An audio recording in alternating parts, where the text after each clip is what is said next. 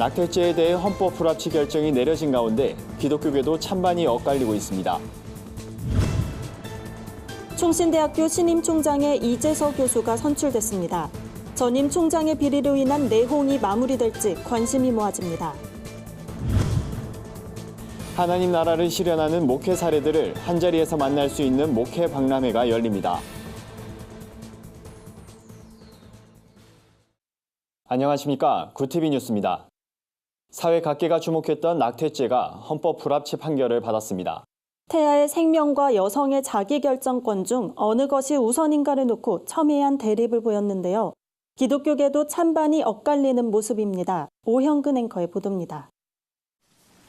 주문. 형법 제269조 제1항, 제270조 제1항 중 의사에 관한 부분은 모두 헌법에 합치되지 아니한다. 이 조항들은 2020년 12월 31일을 시한으로 입법자가 개정할 때까지 계속 적용된다. 지난 66년간 낙태를 둘러싼 사회적 대립의 갈등이 헌법재판소의 헌법 불합치 결정으로 전격 폐지됐습니다. 사실상 위헌 판결로 여성의 자기결정권에 무게가 실린 겁니다. 헌재의 선고가 있었던 지난 11일엔 이른바 낙태죄를 폐지해야 한다는 측과 폐지해선 안 된다는 측이 팽팽히 맞섰습니다.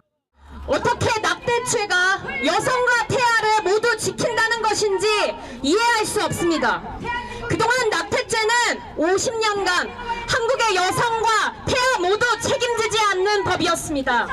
지금 얼마나 많은 여성이 한 해에 인공임신중절을 받는지 우리 국가는 제대로 된 통계도 없습니다. 태아의 생명을 죽이는 이런 의견이 과연 인권위원회의 공식 입장인지 다시 한번 묻고 싶습니다. 약자의 인권을 보호하고 지키는 기관에서 내세운 공식 입장이 태아를 죽이라는 입장을 어떻게 내세울 수 있습니까? 헌재의 낙태죄 헌법 불합치 선고 이후 교계도 아쉬움과 환영의 뜻을 보이며 반응을 나타냈습니다.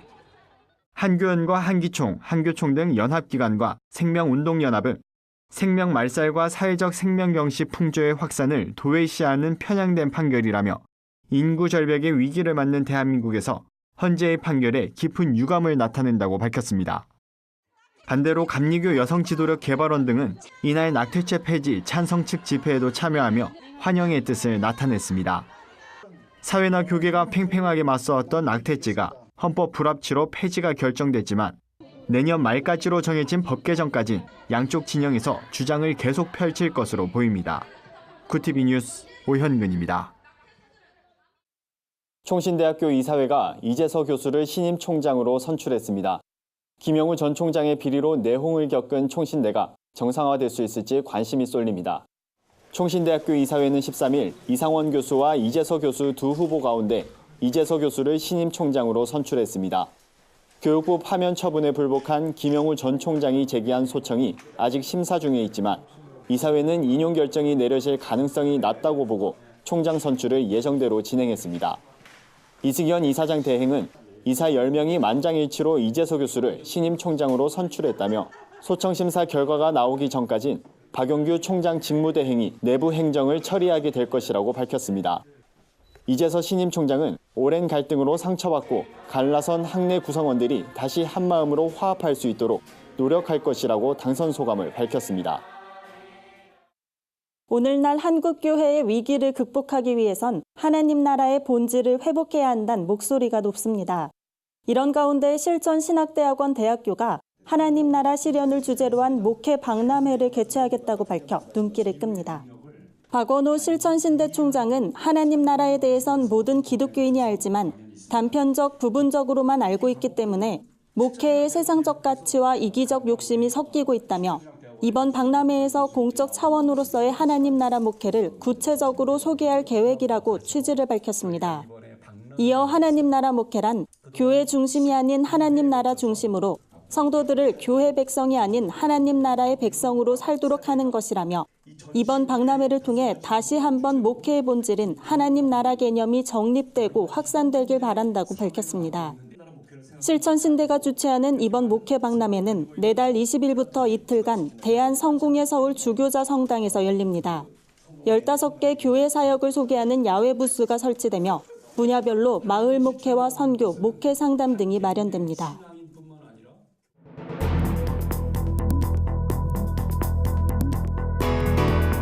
세계 곳곳의 주요 소식을 살펴보는 시간입니다. 무슬림 여성이 외출 시 의무적으로 써야 하는 히잡을 공개적으로 반대한 이란 여성에게 징역 1년형이 선고됐습니다. 비다 모바헤드란 이름의 여성은 지난 2017년 12월 테헤란 번화가에 설치된 전기시설 박스에 올라가 하얀 히잡을 벗어 막대기에 걸고 흔들어 이략 히잡 반대 운동의 상징이 된 바 있습니다. 당시엔 바로 석방됐지만 지난해 다시 한번 히잡을 벗는 행동으로 체포됐습니다. 이란에선 실외에서 히잡을 쓰지 않은 여성에게 과태료를 부과하며 상습적일 경우 통상 2개월의 징역형을 선고하고 있습니다. 프란치스코 교황이 이탈리아 10대 청소년들을 만난 자리에서 거듭 스마트폰에 중독돼선 안 된다고 충고했습니다. 교황은 로마 비스폰티 국립고교 학생들을 만난 자리에서 스마트폰은 큰 도움을 주는 위대한 발전이며 잘 사용해야 할 물건이지만 노예가 되면 자유를 잃게 된다며 침묵과 혼자 있는 것을 두려워하지 말고 여러분 자신을 위한 시간을 가져야 한다고 강조했습니다. 최근 헌법재판소가 낙태죄에 대해 헌법 불합치 결정을 내리면서 낙태가 여전히 불법인 나라들에 관심이 모아지고 있습니다. 경제협력개발기구 회원국 35개국 가운데 29개국에선 아직도 낙태를 허용하고 있는 것으로 나타났습니다. 낙태를 불법으로 제정하고 있는 나라는 아일랜드와 이스라엘, 폴란드, 뉴질랜드 등입니다. 미국은 반대로 1973년부터 낙태를 허용하고 있습니다. 단 임신 후 첫 3개월까지 낙태가 가능하며 6개월 이후부터는 금지됩니다. 이 밖에도 영국과 프랑스, 일본과 중국, 칠레, 멕시코 등도 낙태를 허용하고 있습니다. 미국 댈러스 오크클리프 성경협회 설립자이자 담임 목사인 토니 에반스 목사가 사탄은 사람을 타락시키고 하나님이 주신 역할을 파괴하며 가정이 흐트러지고 사회가 붕괴되길 원한다고 말했습니다. 그러면서 가정과 사회를 흐트러뜨리길 원한다면 가장 좋은 방법은 남성들의 역할을 제거하는 것이라고 말했습니다. 에반스 목사는 아프리카계 미국인 사회에서 거의 70%의 아이들이 미혼모에게서 태어난다며 이는 대다수의 아이들이 삶에서 아버지의 긍정적인 영향을 받지 못한 채 자란다는 것을 의미한다며 결혼과 가족에 대한 올바른 견해로 돌아가는 것은 매우 중요하다고 강조했습니다. 태국의 물축제인 송크란 연휴가 시작된 지 불과 사흘 만에 음주운전 등에 따른 교통사고로 무려 174명이 사망한 것으로 집계됐습니다. 송크란 축제는 축복을 기원하는 뜻으로 서로에게 물을 뿌리는 놀이가 유명해 물의 축제로도 불립니다. 태국 도로안전센터 발표 자료에 따르면 송크란 축제 연휴 3일간 태국 전역에선 1,665건의 교통사고가 발생했습니다. 프라윗 왕수한 태국 부총리는 축제 기간 사망사고를 낸 운전자에게 살인죄를 적용하라고 경찰에 지시했습니다. 오늘의 사회 이슈를 김민정 기자가 종합해드립니다. 오늘의 이슈 포커스입니다. 윤영찬 전 청와대 국민소통수석이 더불어민주당에 입당했습니다. 윤 전 수석은 15일 기자회견을 열고 민주당 입당과 함께 내년 총선에서 성남 중원구에 출마하겠다고 선언했습니다. 이곳은 현재 신상진 자유한국당 의원의 지역구입니다. 윤 전 수석은 중원구는 성남에서 문화적, 역사적 자산을 가장 많이 가지고 있는 지역이지만 개발 면에서는 가장 뒤처져 있는 곳이라며 21대 총선에서 승리해 중원 탈환의 기수가 되겠다고 밝혔습니다. 금호 아시아나그룹이 계열사인 아시아나항공 매각을 공식화했습니다. 금호 아시아나는 15일 이사회를 통해 매각을 최종 결정했다고 밝혔습니다. 이에 따라 아시아나항공 매각을 위한 매각 주관사 선정, 우선 협상 대상자 선정 등 매각 절차가 진행될 예정입니다. 금호산업은 아시아나항공 지분 34.47%를 보유한 최대 주주입니다. 시장 가격으로는 3천억 원에 해당합니다.